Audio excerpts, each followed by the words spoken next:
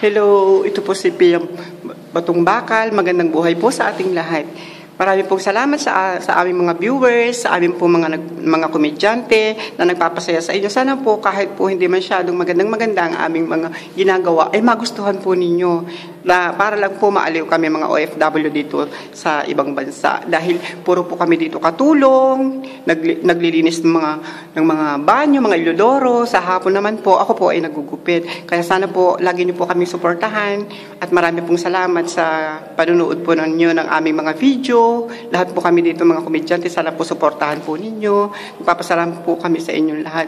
Kahit po, lagi na lang kami nagmamadali sa umaga, maiwanan ng bus. Tapos, pagka kami tumakbo, ang skip ng bus, tapos dudunggulin ang aking puwet. Akala nila, original ang puwet ko. Hindi nila alam, may padding yung puwet ko. Tapos hindi nila alam, napeke ko sila.